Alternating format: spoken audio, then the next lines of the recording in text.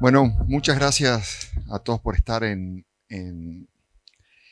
la última parte ya de las jornadas, de las séptimas jornadas de psicopatología. En esta ocasión me toca presentar a 3 speakers, pero va a haber 2 porque Manuel Virapriño tuvo que volver a Mendoza.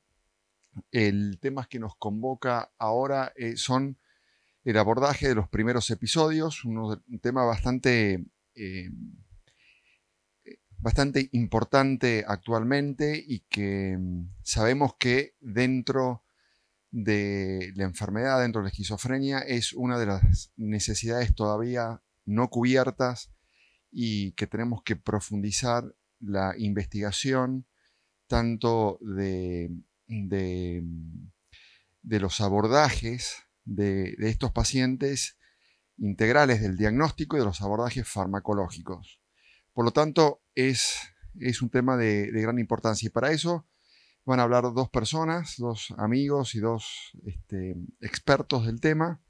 Uno es el doctor Fabián Lomezón y Carlos Benavente. Vamos a comenzar, Fabián, sobre clínica de la esquizofrenia. Tenés 15 minutos. Somos 2 hoy. Bueno, muchas gracias por la presentación, Alejo.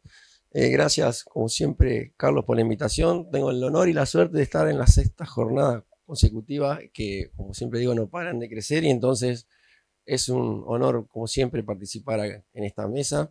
En este caso, vamos a hablar de clínica de la esquizofrenia. La realidad es que algunos ya, los que me vienen siguiendo, van a ver que algunas diapos como estas son un plomo porque realmente la conocen, porque siempre la pongo, pero a mí me parece cada vez más interesante, sobre todo cuando tengo la suerte de ir a las residencias y a ver cómo se están formando los residentes, en función de que las cuestiones que tenemos en cuestión a diagnósticos, ¿no? A los manuales de diagnósticos no enseñan la esquizofrenia, la clínica de esta forma, y esto tiene connotaciones enormes, no solamente porque nosotros defendemos las diferencias fisiopatológicas, evolutivas y de tratamiento de cada dimensión, sino porque también, no viéndola así, existe para mí un subdiagnóstico de la esquizofrenia. No me voy a detener en estas 4 dimensiones donde los síntomas positivos, el que ya atiende esquizofrenia sin síntomas positivos, la cosa ya pasó, o sea, es tarde. Los desarrollos farmacológicos farmacocentristas están desde hace 40 años, pero ahora lo interesante es que los síntomas cognitivos, los síntomas afectivos y sobre todo negativos tienen su desarrollo a nivel de investigación clínica con fármacos específicamente para esas dimensiones. Por lo tanto, me parece importante diferenciar estas dimensiones porque así es, ¿no es cierto? No solamente fisiopatológicamente, sino con los tratamientos. Los síntomas afectivos quedarán ahí en algún desarrollo donde, por ejemplo, es interesante ver que los nuevos antipsicóticos, sobre todo los agonistas parciales, se van aprobando para esquizofrenia, para manía, para depresión, qué sé yo. Entonces, ahí quedaría cubierto un poco la cuestión afectiva. Y la pregunta es qué pasa con los síntomas afectivos cuando están en esquizofrenia.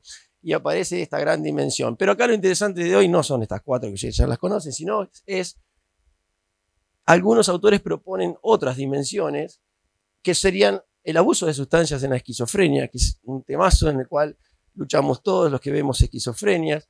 También sabemos y se podría pensar de que fisiopatológicamente, obviamente y evolutivamente son distintas.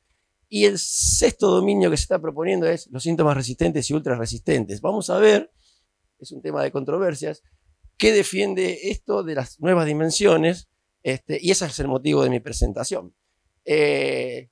Los antiguos interrogantes siguen siendo antiguos interrogantes y no hay nuevas respuestas, sobre todo en esta diapo, que el otro día un amigo me dice, che, tengo que hablar de esquizofrenia, ¿qué es lo nuevo? Y lo nuevo es esto, es que no sabemos el constructo de la esquizofrenia y estamos en este problema. Este es un gran paper que lo recomiendo. Dicho lo que vengo diciendo, vamos a desarrollar un poco la resistencia y digamos si es real que esto puede ser la 5ª o la 6ª dimensión de la clínica de la esquizofrenia. Lo que sabemos todo es que de 10 pacientes, 7 nos van a responder, 3 van a ser resistentes y de esos 3, el 30% van a ser ultra resistentes. ¿Estamos? Después discutimos qué es respuesta, que es otro temazo. en esquizofrenia y en general, en psiquiatría en general, que es respuesta, porque hoy estamos corriéndonos de las respuestas, de las escalas psicométricas que dicen 50%, en este caso 35 de PRS, 25 de PANCH, y vamos a ir a las cuestiones funcionales, que son las escalas que hacen los pacientes y que nos dicen realmente si están bien o no están bien, o si remiten o no remiten. Pero bueno, esta es la cuestión de resistencia y ultrarresistencia. Este paper, lo importante de esto es la duración, por ejemplo, que para hablar de resistencia tenemos que hablar por lo menos de 3 meses.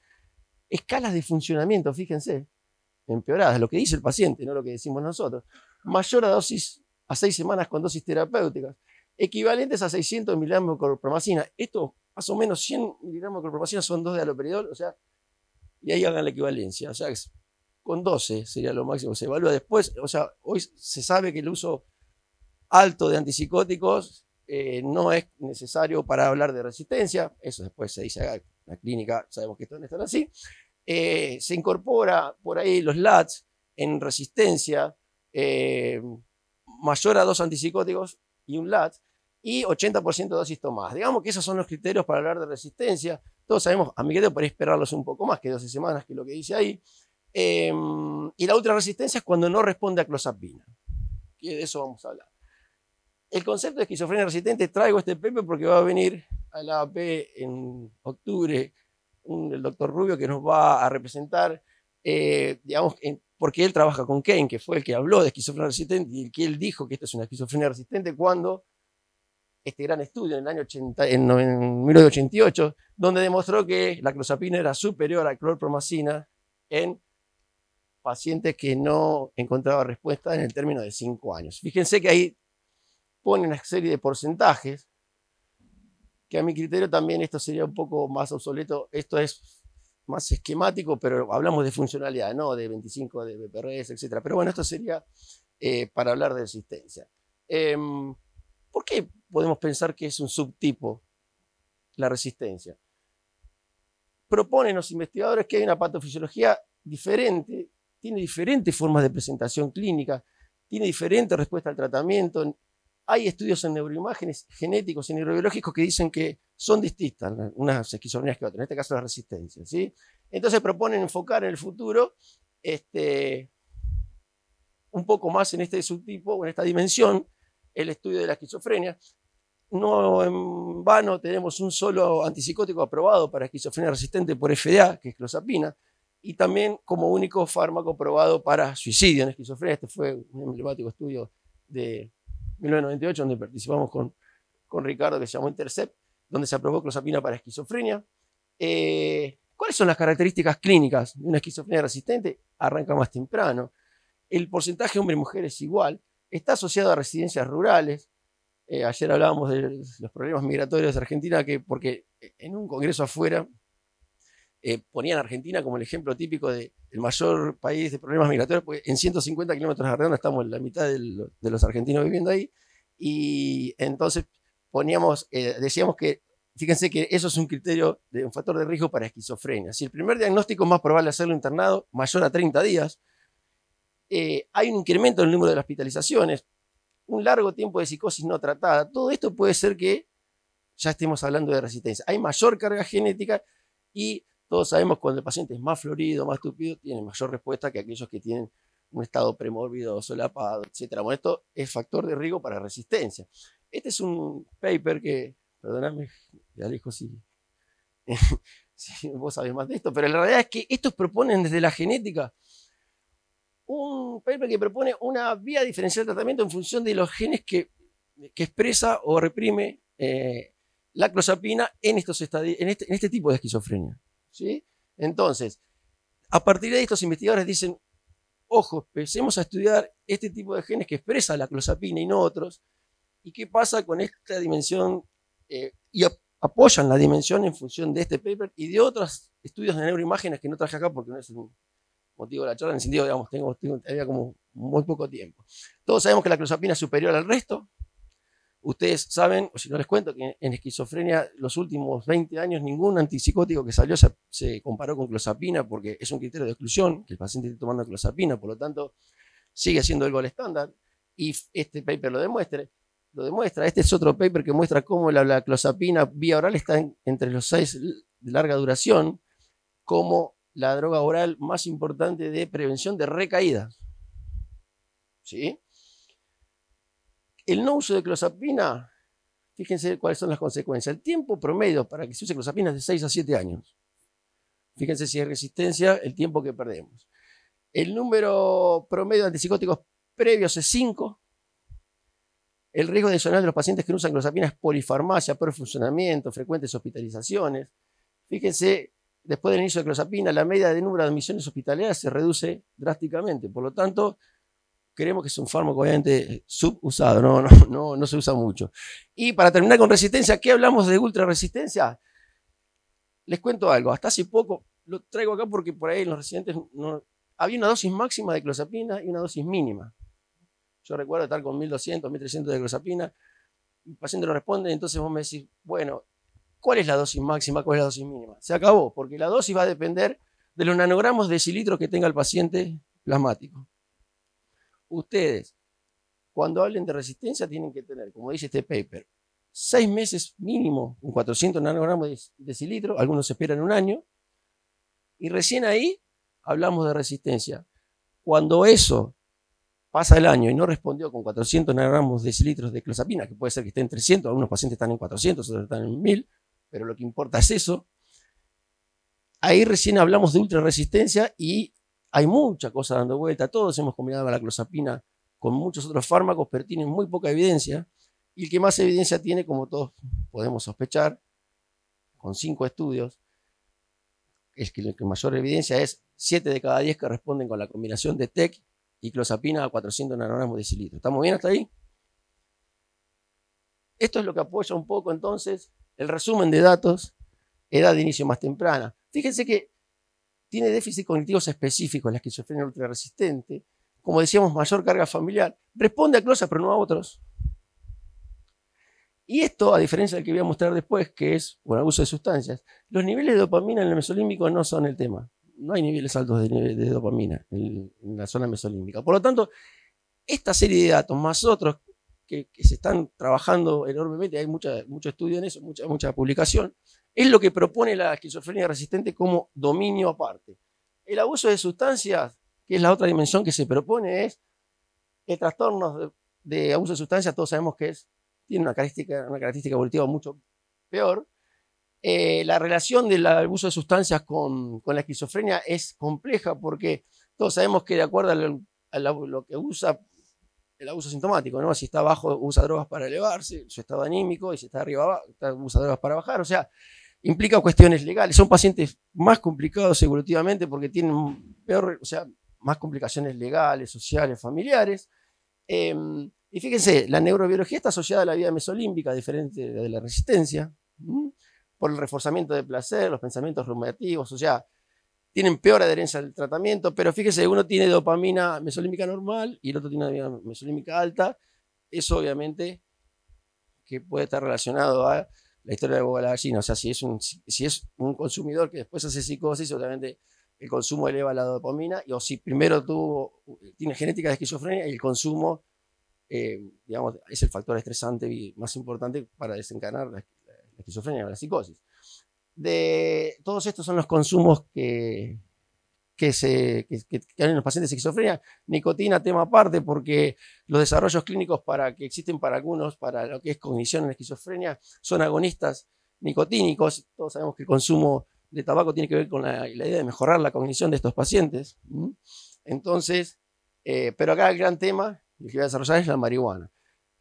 Un estudio de Rodrigo Córdoba relaciona, un estudio muy viejo, pero la marihuana en 5 de cada 10 pacientes que tienen primer episodio psicóticos, pero ya Moró en 1945 hacía una relación entre el cannabis y la esquizofrenia, en este caso con un cuadro muy productivo, ¿no?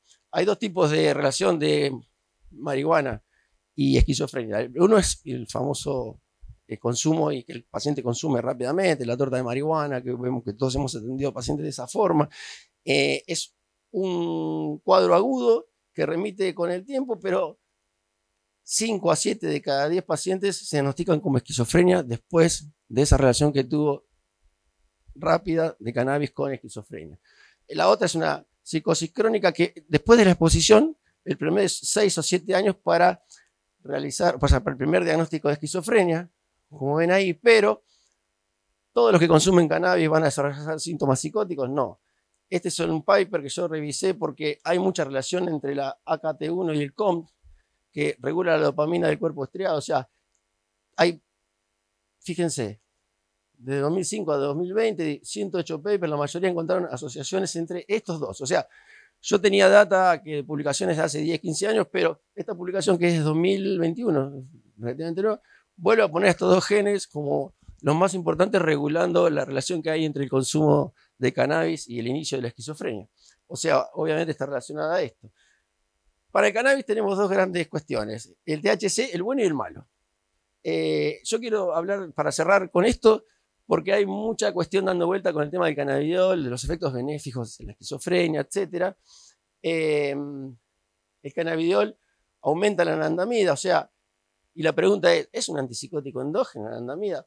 Fíjense que la forma que el cannabidiol actuaría es inhibiendo la enzima que degrada la anandamida, pero hay varios desarrollos, pero todo mucho ruido y pocas nueces. O sea, se investigó acá, fase 1, mal. Los dos estudios clásicos típicos de cannabidiol en esquizofrenia son el de Lewe, que en 2012 con una N muy corta, que quedó ahí en fase 2. El otro es el de Makire, que es, digamos, a pacientes con antipsicóticos, le hicieron un doble ciego con CBD y con placebo. Y también estudio chico, con poca evidencia. Son los dos estudios que algunos defienden el consumo de cannabidiol y los efectos benéficos en esquizofrenia por estos dos estudios que son malísimos. Nada publicado en 2023, muy poco publicado, nada publicado en 2022, incluso en Clinical Trials el CBD tiene peores resultados en cognición. Y para cerrar, este paper que salió hace muy poquito, donde la evidencia es enorme, con 6 millones de personas evaluadas, un estudio de corte de Dinamarca, por ahí ya lo leyeron, pero lo que se ve es que no solamente la marihuana tiene complicaciones con la psicosis y la esquizofrenia, sino con depresiones unibipolares y bipolares, psicóticas y no psicóticas. Es un estudio, no sé si hay más, pero es el primero de fuerte evidencia que nos muestra la relación y el aumento de depresiones y trastornos bipolares con consumo de cannabis. Como les hablé de la clozapina como dimensión de tratamiento único para la esquizofrenia resistente, los tratamientos en esta dimensión se proponen con antipsicóticos de larga duración. Esta es la evidencia de que los pacientes que tienen esta dimensión sintomática, que todos sabemos que son más problemáticos, acá hay un estudio que muestra a favor de una evidencia con antipsicóticos de larga duración que mejoran en lugar de los orales. Nada más, muchas gracias. Sí, perfecto. Bueno, muchas gracias, Fabián. Excelente tu presentación. ¿Alguna pregunta? ¿Duda? ¿Inquietud? Bueno, Fabián no dijo, pero porque es humilde, pero hace 2 años escribimos con Fabián, con Ricardo, con Carlos, con Manuel, que no está, el consenso argentino sobre manejo de la esquizofrenia resistente al tratamiento. Es un artículo que es open access en castellano para que todos lo puedan consultar. Casualmente Fabián se le pidió que escribiera sobre esquizofrenia resistente a la clozapina o esquizofrenia ultra resistente, que es, digamos, un desafío importante en nuestra especialidad. Creo que como comentario, antes de pasar a lo de Carlos, 2 cosas que hay que remarcar.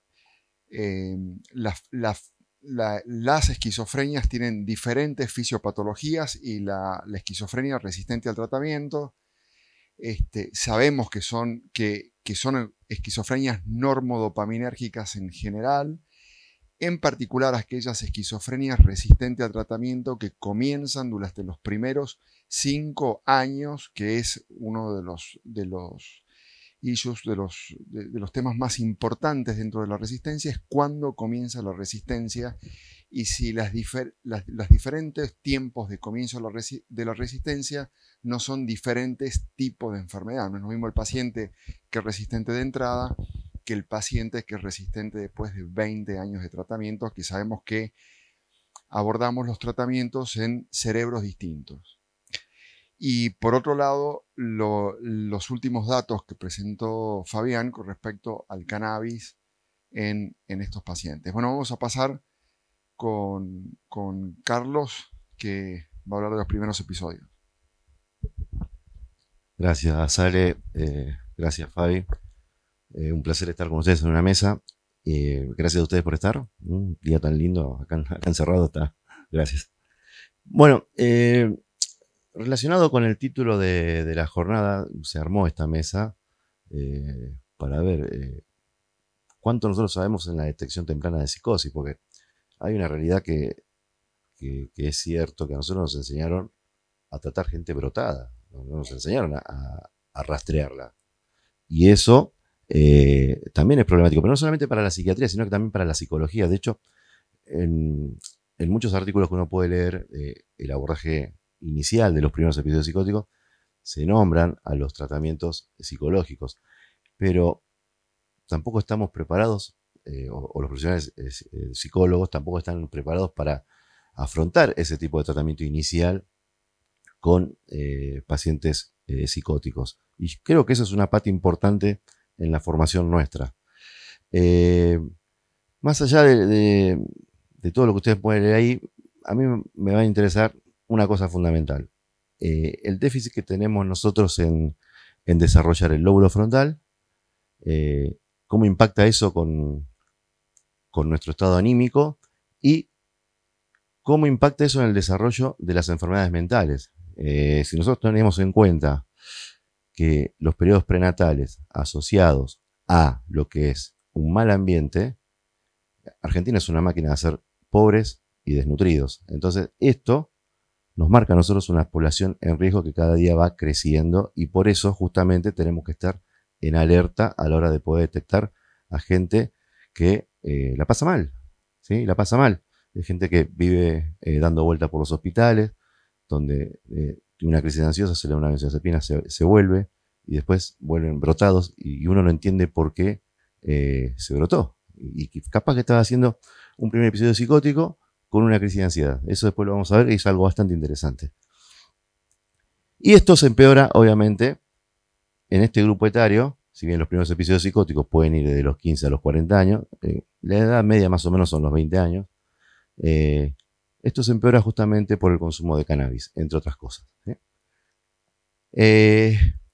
Como dijimos, quizás al no tener un buen desarrollo de nuestro sistema nervioso central por diferentes tipos de factores o por una carga genética ya previa que marca al paciente, nuestro lóbulo social va a estar completamente alterado. De hecho, son pacientes hipofrontales, y son estas crisis que nosotros vemos, crisis primitivas, crisis instintivas, son estas crisis que nosotros vemos en la guardia de personas que tienen crisis epileptoides, por ejemplo, epilépticas, o hacen convulsiones nerviosas y no sabemos por qué. Entonces, ¿por qué hace eso? ¿Por qué una persona puede desarrollar eso ante un trauma y otra persona ante el mismo trauma no lo desarrolla? Básicamente por esto. Se activan las respuestas instintivas y hay un aumento generalizado del sistema límbico, poniendo a la persona completamente en alerta continua, ¿sí? Entonces, ¿qué pasa acá? ¿Y por qué el tema del área tegmental ventral es importante? Porque, primero, las neuronas son tejido eléctrico, ¿sí? Son células que se manejan por corriente. El corazón es un músculo que se maneja por corriente. Y esta parte del cerebro funciona como un marcapasos. Entonces, va a estar modulado en forma excitatoria y en forma inhibitoria. De acuerdo a mayor o menor estímulo, el área tegmental ventral va a descargar más dopamina, y eso nos regula a nosotros la conducta. Y es importante tener este concepto porque, por ejemplo, si nosotros estamos acá en un ámbito normal, el marcapasos se comporta bien estándar, ¿sí? Como nuestro corazón, no tenemos la taquicardia. Cuando vamos a laburar, o los que viven en Buenos Aires y agarran la General Paz a las 8 de la mañana, están en un ambiente más o menos amenazante porque están pendientes si los chocan o no. Cuando llegamos a nuestra casa y ponemos una serie de Netflix y nos quedamos dormidos, por ahí tenemos más disparo de tipo GABAérgico que glutamatérgico, entonces el alerta mental ventral baja la intensidad de los pulsos dopaminérgicos. Y ahí viene mi hija y me dice, siempre te quedas dormido viendo una película. Pero tenemos gente que está a punto caramelo, o sea, gente que está alterada en serio y no sabemos por qué. Entonces, ¿y por qué? Y porque justamente predominan los estímulos excitatorios y predominan los cambios conductuales en este tipo de personas. Y eso es importante tenerlo presente porque, y en base a esto nosotros vamos a justificar los tratamientos farmacológicos. ¿Qué pasa cuando tenemos nosotros un criterio criterio ultra alto de psicosis? La verdad que esto también es una controversia porque hay muchas cosas, pero no hay nada certero que nos pueda marcar y sobre todo en nuestro país tampoco hay. No hay una guía que pueda marcar esto de detección. Pero sí sabemos que, bueno, son sujetos que buscan la atención, que van pululando por las guardias, se los expulsa de la guardia, por ahí caen en una internación, se los expulsa de una internación sin estudiarlo y sin esperarlo en un tiempo pausado para llegar a un diagnóstico y tratamiento. A mí lo que más me interesa de esto son los rasgos de vulnerabilidad genética. No por el tema de que me importen los genes y qué gen tiene y qué pasa, sino desde lo clínico, porque tampoco tenemos unidad de seguimiento. Quizás un hospital la puede incorporar, pero en general no tenemos. Entonces, por ahí muchas veces nosotros obviamos los antecedentes familiares de personas que tienen depresión, padres con depresión, abuelos con depresión, abuelo que era el loco de la familia y no se sabe dónde estaba, o familiares que han tenido suicidios. Entonces, esa persona, si nosotros hacemos una unidad de seguimiento, vamos a ver que ya presentan ciertas alteraciones cognitivas desde edad temprana, ¿sí? Y acá viene la rosca que realmente nos empeora a todos. El consumo de cannabis. La verdad que está bastante popularizado. Argentina tiene una política muy drogona. ¿Por qué? Porque queremos justificar todo por el cannabis. De hecho, ustedes fíjense que si nosotros empezamos a describir como sintomatología del primer episodio psicótico personas que tienen crisis ansiosas, personas que no pueden dormir, hay personas que se inscriben en el ReproCan, cultivan su marihuana, se fuman un faso, ya pasan de hacer las mezclas del aceite y terminan haciendo un brote psicótico. Nosotros en la clínica ahora tenemos una persona que hizo eso, ¿sí? Entonces es importante tenerlo presente porque muchas veces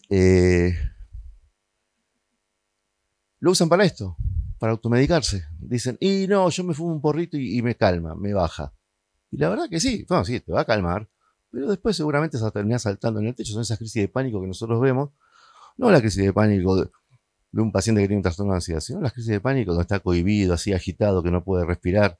Vemos un tipo panicoso que está corriendo por un techo. Son completamente distintas las crisis panicosas. Entonces, parte es esto, la tendencia a automedicarse, el famoso ReproCan. Lo otro que tenemos que tener presente es que la marihuana contribuye a la aparición de psicosis, pero acá también viene otra discusión. Te dice, pero yo fumo y no me pasa nada. Y hay gente que fuma y le pasó de todo. Esto lo vamos a ver porque justamente, y tenemos que hacer hincapié en la adolescencia, no es que solamente el cerebro se cambia de conformación, eso es lo grande que nosotros vemos. El tema es que estos pelitos que ven acá es la famosa red perineural, que en base a eso anclamos los receptores, anclamos la migración, tenemos una adecuada funcionabilidad y estos pelitos nos protegen del estrés oxidativo. Entonces, si nosotros ya tenemos alteraciones en el embarazo, tenemos desnutrición, tenemos infecciones crónicas, esto no se va a mejorar. Queda detenido y obviamente si a esto nosotros le sumamos el porrito, obviamente hacemos una explosión como si fuera un pochoclo, ¿sí? ¿Y por qué? Justamente porque se disminuye la cantidad de glutamato en las interneuronas, básicamente a nivel del lóbulo frontal. Y esto hace que justamente se combinen las teorías y coincidan en algo con lo que son las teorías de la generación de los síntomas positivos en esquizofrenia, ¿sí? Donde, gracias a una poca liberación de glutamato, en las interneuronas, se produce una masiva liberación que estimula el área tegmental ventral, que ya venía estimulada porque son pacientes que están en constante alerta, y se produce la cantidad de síntomas positivos que nosotros vemos cuando una persona se fuma un cigarrillo de marihuana y no entendemos por qué está corriendo por los techos, ¿sí? Entonces, ¿cuál es el objetivo de esto? En principio, bueno, lamentablemente no son objetivos nuestros, pero lo que vamos a hacer es tratar de retrasar el primer episodio psicótico en este tipo de población, reducir el tema de lo que es la psicosis no tratada, después vamos a ver qué es, disminuir la intensidad del primer episodio y manejar los síntomas y problemas individuales. Mayor compromiso con los servicios y la psicoeducación. Esto es importante porque también le dicen, ¿y vas a ir al psiquiatra? ¿Y por qué vas a ir al psiquiatra? ¿Por qué vas a ir al psiquiatra? Si no estás loco. Y bueno, voy al psicólogo. ¿Y el psicólogo está preparado para eso? No, tampoco está preparado. Entonces, hay un vacío ahí y un tira y afloje que no va para ningún lado. Modelo del curso temprano. La verdad que esto es un quilombo. Entonces, no, es un quilombo. El objetivo que en las primeras etapas es lo que se dice, que funciona mejor la terapia cognitiva. Básicamente para reducir el estrés, ¿sí? Son personas que son vulnerables al estrés y que obviamente no pueden tolerar cualquier tipo de frustración. Y lo que se marca es que justamente en esta bandera es como la inicial de poder iniciar una psicoterapia. Pero lo que llama la atención de este gráfico es que justamente la sintomatología va creciendo a lo largo de la vida, ¿sí? Y básicamente va creciendo no con síntomas positivos, sino con síntomas de deterioro, con sintomatología de tipo negativa, ¿eh? Entonces, cuando nosotros vemos o leemos y por ahí tratamos pacientes con ansiedad, con depresión, con trastorno obsesivo compulsivo, y no entendemos por qué de la noche a la mañana hacen un brote psicótico o hacen una eclosión sintomatológica de síntomas positivos, es porque de toda la población vulnerable, el 70% no hace el debut psicótico, pero ese 70% se transforma en esta masa.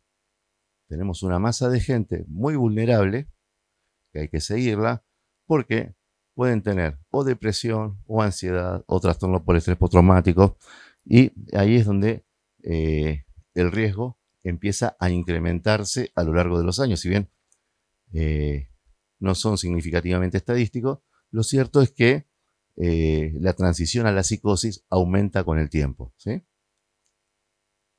Bueno, el tema de los tratamientos farmacológicos. Decimos, bueno, quizás no responde a la psicoterapia, pasemos al tratamiento farmacológico. Y acá también hay otra controversia. No tenemos una guía que nos dice qué usamos, cómo lo usamos. La verdad que todo lo que yo encontré es que medicamos en forma sindromática en esta etapa.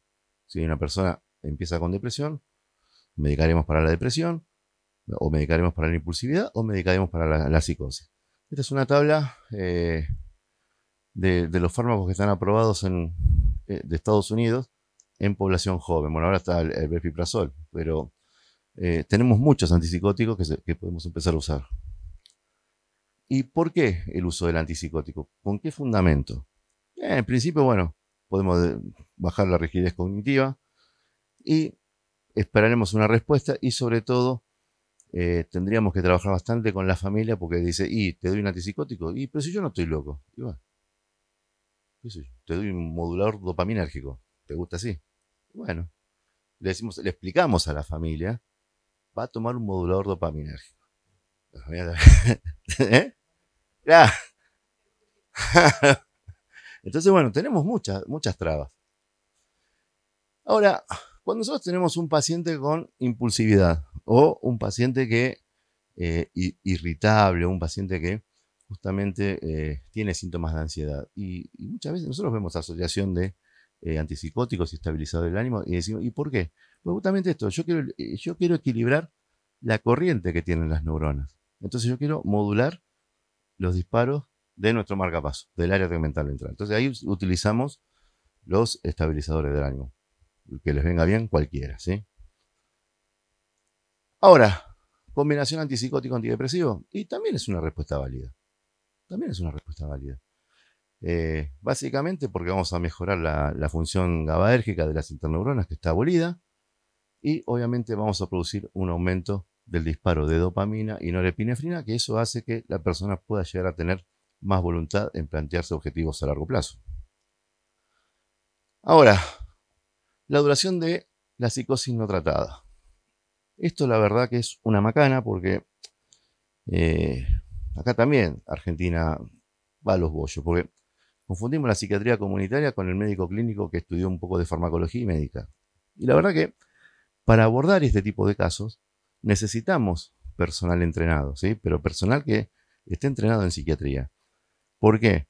Porque una de las causas de mayor prolongación de la psicosis sin tratar es cuando la persona ingresa a una guardia, lo recibe un médico, que generalmente no es psiquiatra con estas políticas públicas que tenemos, se lo deriva y muy probablemente, como quieren imponer, sea tratado de forma comunitaria por un médico comunitario que sepa recetar algún psicofármaco.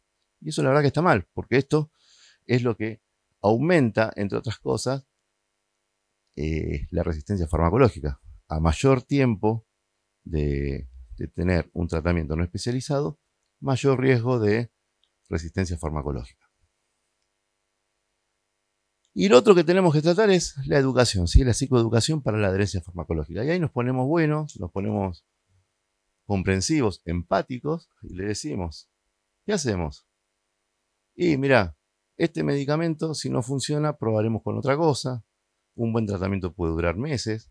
Cuando te dicen, doctor, yo estoy bien, sí, pues está bien por la pastilla, no está bien porque es algo holístico, ¿viste? No suspender el tratamiento de forma brusca. Los medicamentos no cambian la personalidad. Esto también tenemos que explicar porque a veces, y está bien que las personas crean eso porque no saben, y nosotros tenemos que explicar eso. Y obviamente tener presente los efectos adversos y poder explicarle a la familia, mira, te puede dar esto, esto, esto, y si te da esto, tenemos solución para esto, esto y esto, ¿sí? Y eso ayuda a que el paciente sea más adherente y pierda el miedo a la hora de estar medicado. ¿Y esto por qué es importante? Porque justamente el modelo de discapacidad en esquizofrenia impacta en el lóbulo frontal y hace que se disminuya la adherencia de tipo farmacológico. Como conclusión, bueno, creo que hay mucho para hacer con esto. Creo que hay bastante para hacer. Y me parece que tenemos que ponernos todos de acuerdo y hacer una guía o algo que pueda llegar a abordar esto. Porque realmente no tenemos nada, ¿sí? No tenemos nada. Gracias.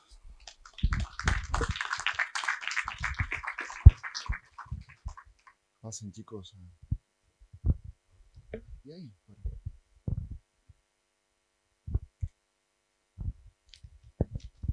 Bueno, muchas gracias. Sí, muchas gracias, Carlos, por la presentación. ¿Alguna pregunta alguna duda, comentario? Bueno, muchísimas gracias por las presentaciones, excelentes ambas, me gustaron mucho. Respecto de la presentación de Carlos, justamente de los criterios de ultra alto riesgo y de cómo, digamos, se podrían abordar estos estados de manera tan precoz, realmente, como mencionaste muy bien, en este país es muy complejo porque implicaría elaborar, como vos dijiste, un plan de acción, un consenso que vaya desde los primeros seguimientos del niño, el pediatra, para pesquisar los síntomas básicos, después la capacitación de profesionales en psiquiatría para pesquisar lo que son los síntomas psicóticos atenuados, pero creo que es necesario, es una de las grandes falencias que tenemos acá, que en otros países está desarrollado esto y de hecho pesquisan esto, los pediatras están entrenados en esto, pero creo que es una deuda que tenemos y creo que, bueno, se puede hacer mucho desde las asociaciones en este punto. Me parece que es algo en lo cual deberíamos ponernos a trabajar sobre este tema. Me encantaron las presentaciones, así que los felicito a ambos. ¿Quiénes de acá, levante la mano si quiere levantar, y alguno que mande un WhatsApp, los que están por streaming, ven pacientes esquizofrénicos y primeros episodios? Bien. Bueno, a ustedes les digo que Carlos, Fabián, Julieta, Ricardo, yo, conjunto con otros psiquiatras argentinos y más o menos 20 psiquiatras latinoamericanos, vamos a hacer un trabajo sobre el abordaje de los primeros episodios en Latinoamérica. Así que los que estén interesados en participar como para consultarles qué hacen ustedes, porque de esto no hay mucho, pueden escribir un mail a TRS, que es tratamiento de la esquizofrenia resistente, clozapina@hotmail, para que puedan ser consultados ustedes que tienen experiencia en el manejo. Es un proyecto ambicioso que lo estamos haciendo con Christophe Correll, que vamos a replicar un trabajo europeo, lo vamos a hacer en Latinoamérica, vamos a comparar datos de poblaciones, de psiquiatras que manejan poblaciones totalmente distintas y que tenemos quizás otras necesidades y comparar nuestros datos.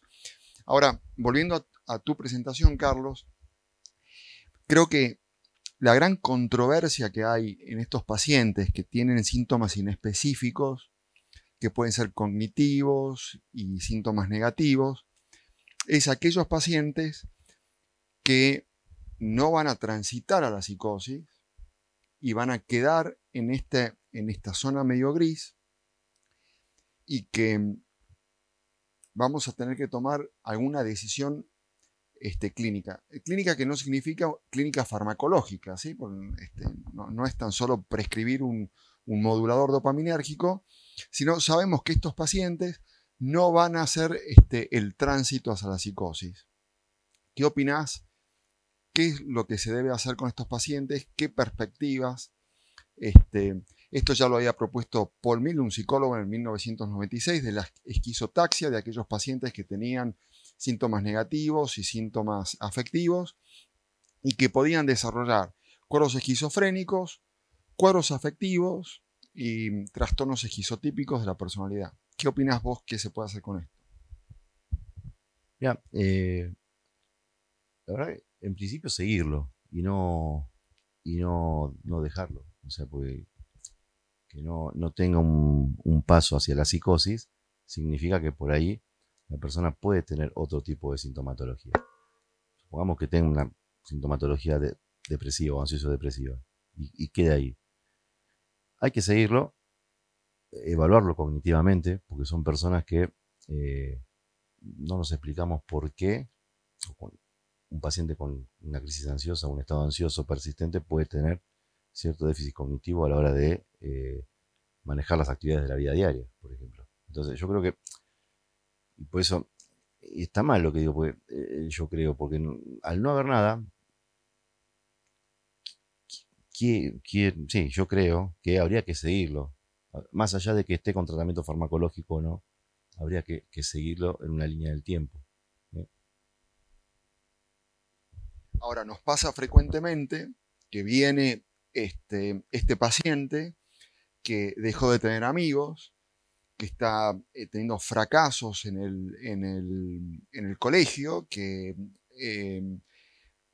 quizá no lo note la madre, pero sí hay un cambio significativo en su rendimiento en general, en su rendimiento social, y que tiene el antecedente de un familiar de primer grado con un cuadro que fue diagnosticado con esquizofrenia. Acá creo que tenemos que ver que hay varias cosas. Primero, ¿qué hacemos con el paciente? Y cómo abordar una familia que sabemos que un segundo diagnóstico o otro afectado más puede influenciar bastante. Sí, eso es verdad. Una de las cosas que más entorpece la adherencia farmacológica es la idea de la familia que tiene acerca de los servicios de salud. Entonces, por esto que dijimos, tenemos que psicoeducar a la familia, lo que significa que su familiar esté medicado.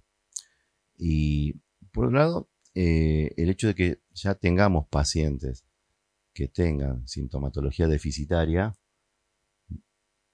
indirectamente nos va a señalizar que tenemos o que va a tener cierta resistencia farmacológica. Son pacientes que son muy vulnerables a la hora de recibir un fármaco atípico, como la risperidona o como la lurasidona, que tengan un bloqueo dopaminérgico, y son pacientes que, esto se planteó en el consenso de esquizofrenia resistente, son pacientes que andan muy bien con clozapina baja dosis. Dice, pero de entrada, y sí, de entrada, cómetela de entrada.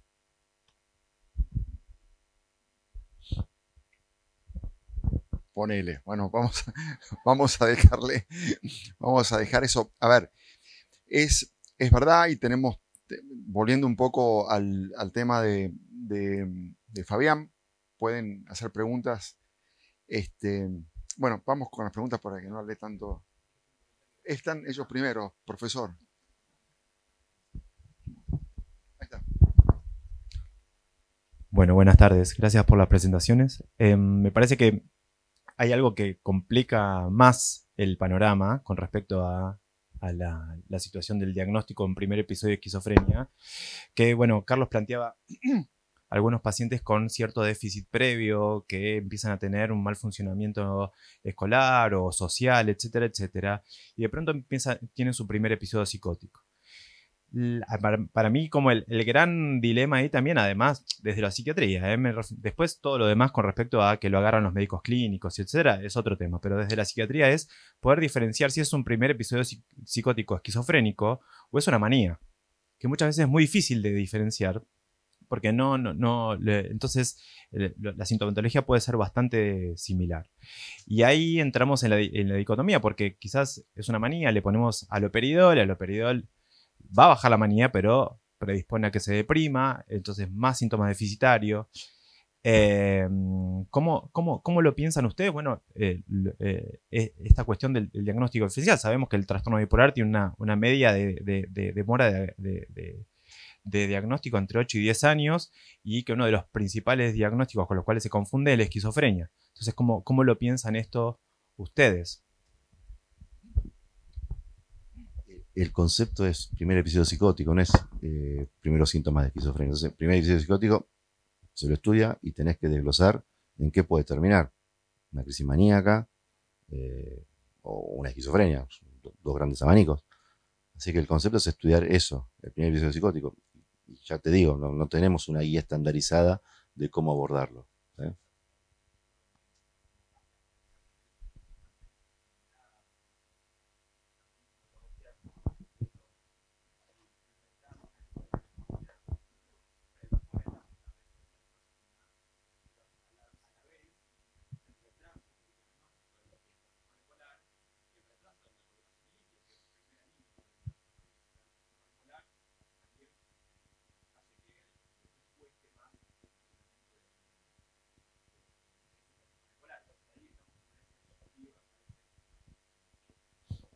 A ver, creo que contestar esa pregunta es la pregunta del $1.000.000 que todos quisiéramos tener en el consultorio, frente a qué cuadro estamos. Creo que un poco la evolución nos va a dar algunas características clínicas para los que son más clínicos. El doctor Revoca, que podría taparme la boca, pero más fina de las disquisiciones clínicas y sintomatológicas. Pero es la pregunta del millón. ¿La doctora? Hola, ¿qué tal? Yo quería preguntar sobre, por ejemplo, un paciente que se presenta a la guardia, ¿no?, con un primer episodio psicótico, pero que a su vez consume sustancias. ¿Esperan para ver si ese episodio psicótico es por el consumo? ¿Directamente enseguida lo medican? ¿Cuánto tiempo esperan por ahí para que se pueda buscar la desintoxicación y ver cómo están esos síntomas psicóticos? Por ahí va la pregunta. La realidad es que se trabaja como un paciente psicótico. O sea, se medica como un paciente psicótico y después, un poco la reflexión de las charlas que estamos teniendo en este momento es, hacemos diagnóstico de corte transversal y longitudinal. Cuando hacemos diagnóstico y medicamos en corte transversal, hacemos lo que podemos y trabajamos sobre el paciente en ese momento, y hay que apagar ese incendio, digamos. Creo que los psiquiatras vivimos haciendo eso. Y después en el corte longitudinal vas haciendo las evaluaciones pertinentes, o sea, que te van a llevar al diagnóstico definitivo. ojalá. Pero la realidad es que se medica y se trata como un paciente psicótico. Claro, pero después mantenés el tratamiento antipsicótico, digamos. En esquizofrenia y en ese psicosis sentido, los tratamientos son por etapas. O, digamos, hay una etapa aguda, una etapa de mantenimiento y de prevención de recaídas. Y digamos que el arte psicofarmacológico también tiene que ver con esas distintas etapas. Rara vez el paciente agudo sigue medicado en forma de mantenimiento con la misma dosis, incluso hasta con el mismo fármaco. Lo que yo mostré ese paper, que lo que se busca en ese tipo de pacientes que tienen un peor pronóstico dadas las circunstancias, bueno, lo que comenté ahí, la idea es que hay estudios a favor de los antipsicóticos de larga duración. Se podría elegir uno de esos porque sabes que tienen peor adherencia, mayores recaídas, temas vinculares, sociales y legales, en comparación con los otros dominios sintomáticos, ¿no? En general el paciente se lo medica, sin duda se lo medica, está con un brote psicótico, sin duda hay que medicarlo. ¿Cuánto tiempo se va a ver? Vas a tener que hacer una buena anamnesis, una buena semiología, antecedentes de síntomas negativos previos, y de acuerdo a eso se va a plantear en un equipo de cuánto, más allá de los 6 meses, creo que es un tiempo prudencial, vas a continuar con el tratamiento antipsicótico. Si es una patología dual y qué tipo de patología dual estás enfrentando, ¿sí? Pero creo que esa es la pregunta. Ricardo. Bueno, felicitaciones. Muy buenas las charlas de todos y las intervenciones de Alejo, excelentes. Me quedé con lo que habías comentado de comerse de entrada, te referís a la clozapina. Y un tema que fue histórico era el tema de por qué se dejó usar la clozapina, que nos olvidamos de eso. Porque en realidad es el medicamento más eficaz. Se dejó de usar por las muertes que hubo en Finlandia, allá por la década del 70, y se reinició en realidad con ese alto compromiso de farmacovigilancia, y por eso se lo dejó como segundo lugar. Porque en realidad lo que dice Charlie es un poco así. ¿Por qué el mejor medicamento lo dejamos para después? Es una pregunta, ¿no? Así que es muy vigente lo que planteas vos, porque es algo que siempre lo pensamos. Así como lo que me tocó escribir a mí del consenso, que es por qué también de alguna manera vituperiamos el tema del uso combinado de antipsicóticos, ¿no? Que es otro tema que tampoco es muy concluyente, pero es interesante. Y todos tenemos seguramente mucha experiencia en eso, en combinar, que es algo que no deberíamos hacer, sin embargo todos lo hacemos y nos va bastante bien. Y después, bueno, quiero comentar un poco lo que preguntó, no me acuerdo quién es porque no lo vi, eras vos, ¿no? Me pareció muy interesante la pregunta y muy enriquecedora. Y creo que como hay mucha audiencia joven, quiero marcar algo que a lo mejor Charlie y Cecilia se acuerdan. Cuando estábamos en admisión, hace 20 años, y veíamos a un paciente que había ingresado el día anterior, hacíamos recorrido de sala, una cosa que le decía, que supongo que se acordarán, es no vean la historia clínica. Primero evaluamos al paciente, porque el error médico es algo que se replica permanentemente. Entonces, si uno vio un diagnóstico de esquizofrenia, sigue teniendo ese sesgo y va probablemente a seguirlo. Entonces, creo que ustedes dieron una respuesta excelente, pero hago un llamado a la conciencia del clínico, que somos nosotros, el clínico psiquiatra, para que sea más minucioso con la evaluación. Porque en realidad se puede distinguir el episodio psicótico, si es un trastorno del humor o no. Se tarda mucho porque lamentablemente no trabajamos bien. En realidad hay muchos elementos para distinguirlo. Tenemos que ser muy minuciosos en ese primer episodio, muy minuciosos cuando recibimos un paciente que ya lo tuvo y que ya fue medicado y diagnosticado con esquizofrenia, y tomarnos el tiempo para hacer una semiología mucho más profunda, minuciosa, y tomarnos mucho tiempo. Ese es el punto. Excelente tu intervención. Incluso yo lo que les digo a los residentes es que llamen a los familiares que tienen supuestos trastornos mentales, porque, digamos, se van generando modas de antecedentes de trastornos mentales, y lo que hace 20 años era que tenía 1 o 2 familiares nerviosos o violentos, ¿sí? hoy por hoy vemos mucho, por ejemplo, trastorno bipolar. Entonces yo digo, bueno, para ver qué es lo que tiene tu paciente, también llama al familiar, trata de contactar al familiar y trata de evaluarlo también en una entrevista discreta, digamos, ¿sí? Porque por ahí, digamos, la doble evaluación clarifica aún todavía más si realmente el otro familiar tenía el diagnóstico que dice tener, ¿no? Con esto de que vos decías de que, y es lo que es el ABC, nunca hay que evaluar cuando uno está aprendiendo, digamos, un paciente con la historia, habiendo leído la historia clínica antes. Hay que evaluar al paciente y después ver qué es lo que está en la historia clínica. Así que me pareció buenísima la intervención. Sí, como frase final, reconozcamos que nosotros cometemos errores y para evitar el error tenemos que ser más minuciosos. Es decir, los 8, 10 o 12 años de delay que hay en el diagnóstico de trastorno bipolar tiene que ver con un error médico. No es que es un misterio, es un error médico.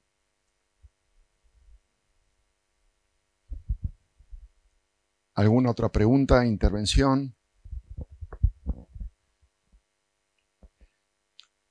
¿Cuántos de ustedes usan clozapina como primera elección en el tratamiento de la esquizofrenia? ¿Cuántos de ustedes piensan que pueden usar clozapina como primera elección? ¿Cuántos de ustedes asocian dos antipsicóticos de distintos grupos para el tratamiento de la esquizofrenia?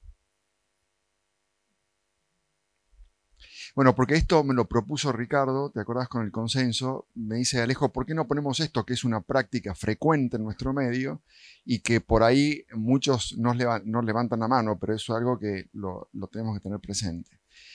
Bueno, la verdad que como coordinador lo felicito. Fue una mesa con lo más importante, que es un intercambio fluido con el público. Muchas gracias a todos por participar y tienen la dirección de email para esto, los que les interese participar como participantes. Y muchas gracias. ¿Sí?